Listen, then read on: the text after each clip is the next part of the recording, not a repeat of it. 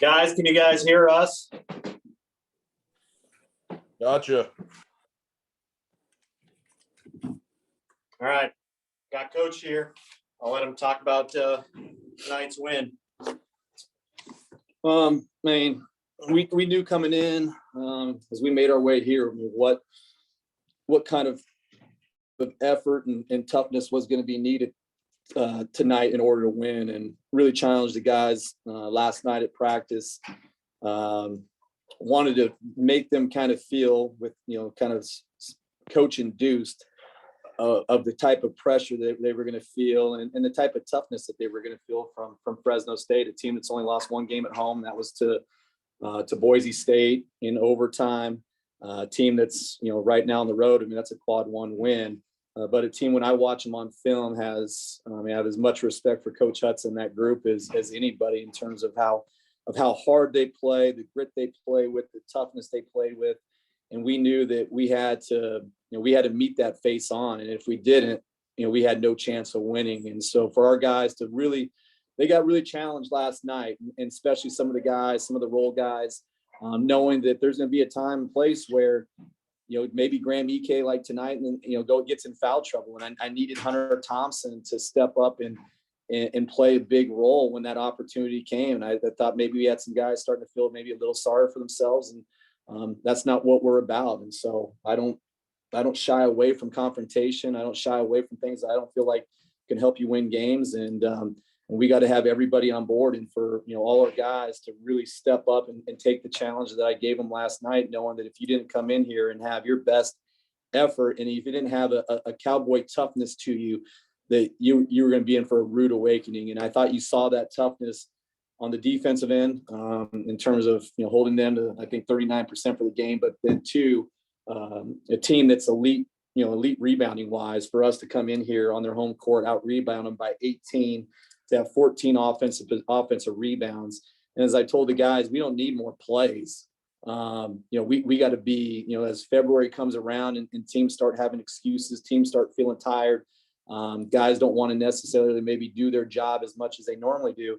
If we can be our crash guys, when that shot goes up on the offensive end, if you can be not just a 78% guy or an 81% guy, but if you can find a way to be a 95% guy, that's going to be the difference between us winning and losing games and us trying to compete for a conference championship. And for our guys to really buy into that over the course of the last 8 games, or the games in conference, knowing that those extra possessions, that's the difference between winning and losing. And so just like I said, what can you say? I mean, I wish it didn't have to be a one possession game. Thankfully, we made free throws down the stretch.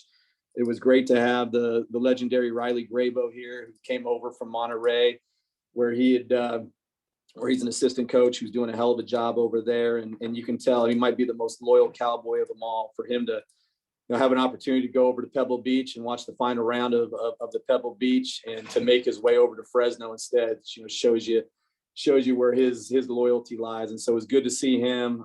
Hell of a scout by Coach DeWeese on a quick turnaround.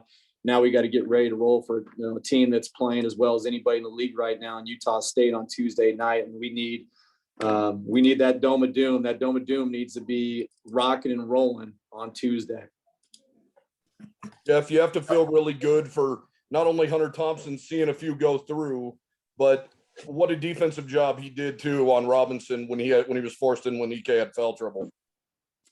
Yeah, I mean, I challenged Hunter last night. I mean, I told him, we need him to be better. I mean, that's just the bottom line. I mean, and it's hard sometimes when you come in as a pinch hitter and to come in and make shots, or come in to impact the game when maybe you're not playing as much as you would like. And but I really got after him. Like I said, we need you. There's gonna be a time, like in the case of tonight, where Graham's gonna get in foul trouble, and now you're gonna have to step in against one of the best players in the country in Orlando Robinson. And in that time that Hunter came in, you look at tonight, and I'm not a big plus minus guy, but from a plus minus standpoint, I mean, he was our best plus minus guy on the night. And so it was good for him to see the ball go in, but also too, just for him to make an impact on winning.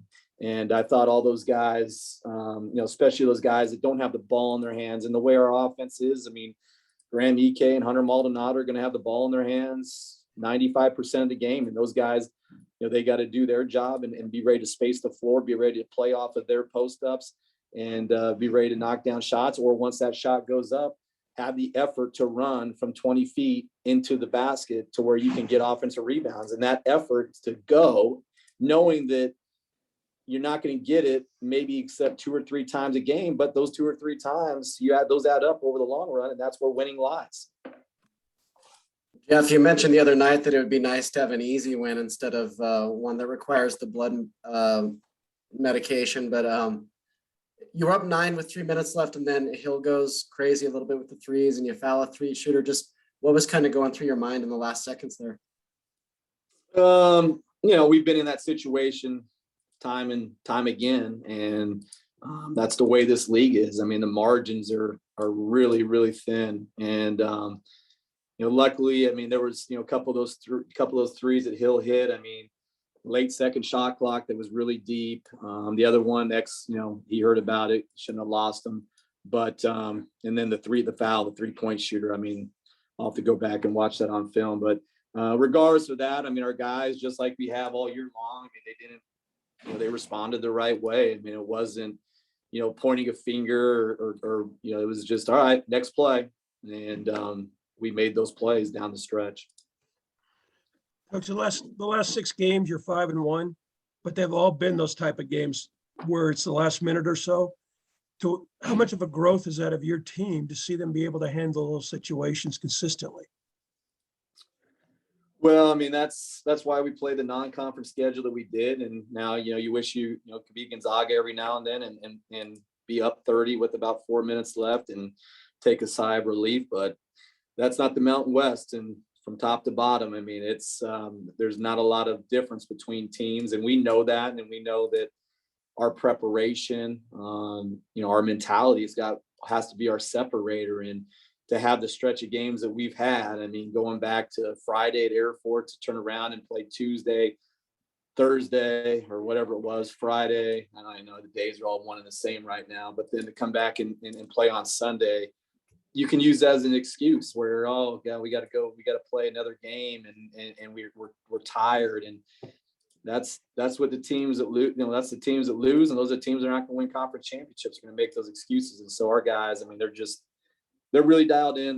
They're together, and you see that togetherness. And, when those games get down to the wire, I mean, they know where the ball needs to go. I mean, down the stretch, those guys felt like what, the matchup that Maldo had, as opposed to maybe going to Graham. But that's also Graham saying, hey, that's where the matchup lies. Let's go after that. So, when you have guys talking like that, I mean, that's how you win games. Jeff, you mentioned Utah State. I mean, there is no rest in this conference. Like you mentioned, you had one of the greatest weeks in Wyoming history, and now you face the hottest team in the league. Just how much different do you think they're going to be than they were the last time you saw them, just with the role they're on now in the conference now? Yeah, I mean, if you look at, the way they've been playing here lately, I mean, they're playing at a high level, changed their lineup a little bit from the last time we played them. Rylan Jones, who's a good player, got a concussion, and then he's coming off the bench now. They got Barstow in his place, and they didn't have Idle Rock when we had played them, which, when we played them, I mean, that was coming off a 21-day, basically had between games. We hadn't practiced. The only time we practiced as a team was the Friday leading up to it. So, we were fortunate to go in there and find a way to get a win. So we know that, they're hard to guard, on a quick turnaround, and, the way Coach Odom has them playing offensively, just the freedom, and they're a team that's not really about, it's not about plays. I mean, it's just, as we knew the first time, it's more about concepts and can you sit down and guard and make guys miss. But thankfully we got a charter back to Laramie tonight, and hopefully just get some rest and recovery, and on a quick turnaround, figure out a way to stop them. Coach, with the week you guys have had, and the momentum you're building, more people talking about you guys nationally. I mean, how cool is it for you to just get that momentum going, as the season goes along, and sort of put yourself in a conversation with some of the better teams in the country? Well, I mean, it shows just the hard work that, everyone in the entire program has made. I mean, the sacrifices that guys have made. I mean, my coaching staff, my support staff. I mean, we got everybody rowing in the same direction. We got everybody, and we got guys that believe. And, a couple, about 9 months ago with some of the things that were going on. I mean, I'm not sure people on the outside thought that, maybe, what's going on, and, these guys aren't going to be as good, when deep down, I mean, those guys in the locker room, the people around that are really in the program on a day-to-day basis. I mean, we knew we had a chance to be a really good team.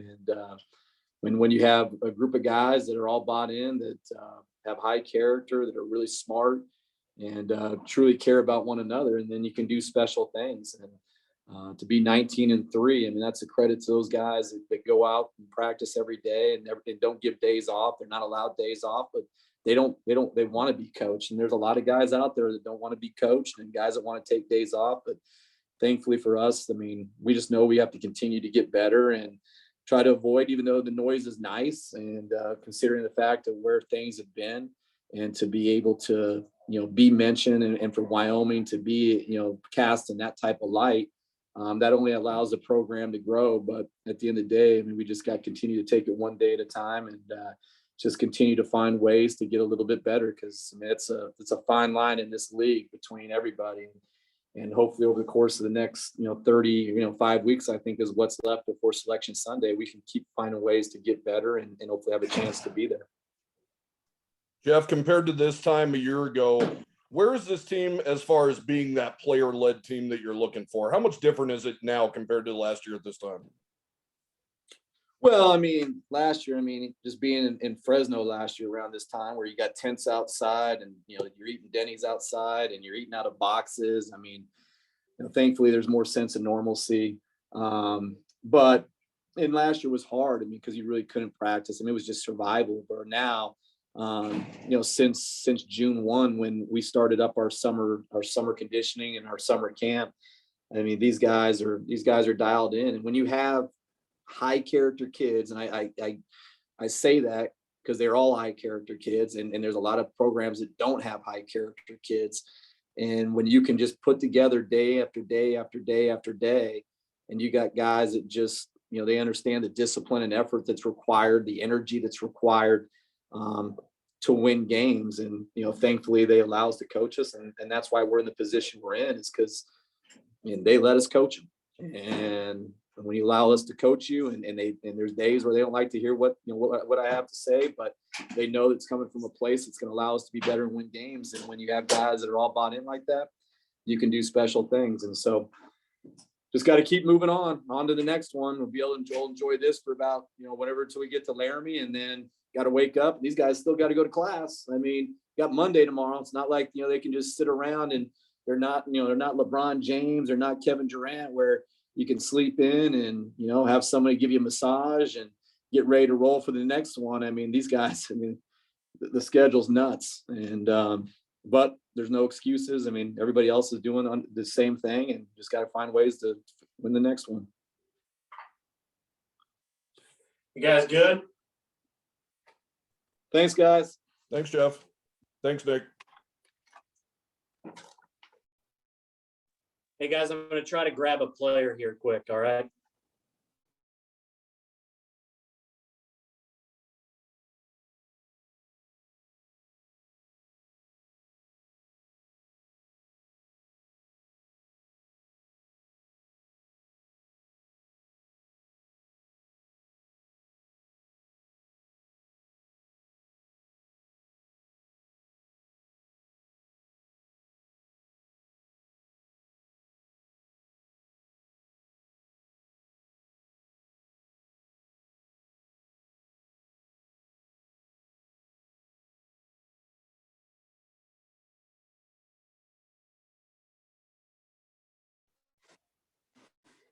All right, guys, I got Thompson here. Got enough for a few minutes here. So Ryan, why don't you go ahead? Hunter, what was the key to holding Orlando Robinson down? I mean, he had double digits, but I think he was 4 of 16 or something shooting. And what did it mean to you to be a part of that defense against a player like that? Yeah, I know Graham and I took it personally. He whooped on us last year in game 2. So, I really took that personally, and I wanted to make sure that, he's obviously a good player, but I wanted to get my revenge. And, guarding Graham every day in practice, you know what Graham is. So I think guarding Graham has helped me with my post defense. So it just was, it was a great effort, great team effort, and a great, collective effort to keep him for 17. So Hunter, Jeff said he called you out yesterday, and what does that do to you? What is that? What kind of motivation does that give you when your head coach calls you out like that? I mean, it's not always the easiest pill to swallow when you get called out, but Coach Linder, it was rightly deserved, and it was something that I needed to hear, and I wanted to show him that what I'm capable of doing, and I took it like a man as best as I could, and I just ultimately decided to respond the way that I needed to respond. Hunter, you've been a part of some teams that really struggled at Wyoming. You've been through a COVID year. What's it like to be a part of this run with this team this year for you? Yeah, it's fun because growing up, obviously I know what Wyoming basketball can be as a fan. I was never a part of the team, but I always knew what the fan base could be. So it's really fun to see the fans back, and it's fun to, like you said, we had a couple of years where it was really tough, but it's fun to get back to the way that Wyoming basketball should be playing, and something that we are prideful about. And it's a joy to watch the team play as well as they are playing, and to play a part in that. So, You guys good? Excellent. Thanks, guys. Thanks, Hunter. no questions for me, Jeremiah? I had one, but Cody took it, man. No worries. Thank you, guys. Thanks, gentlemen.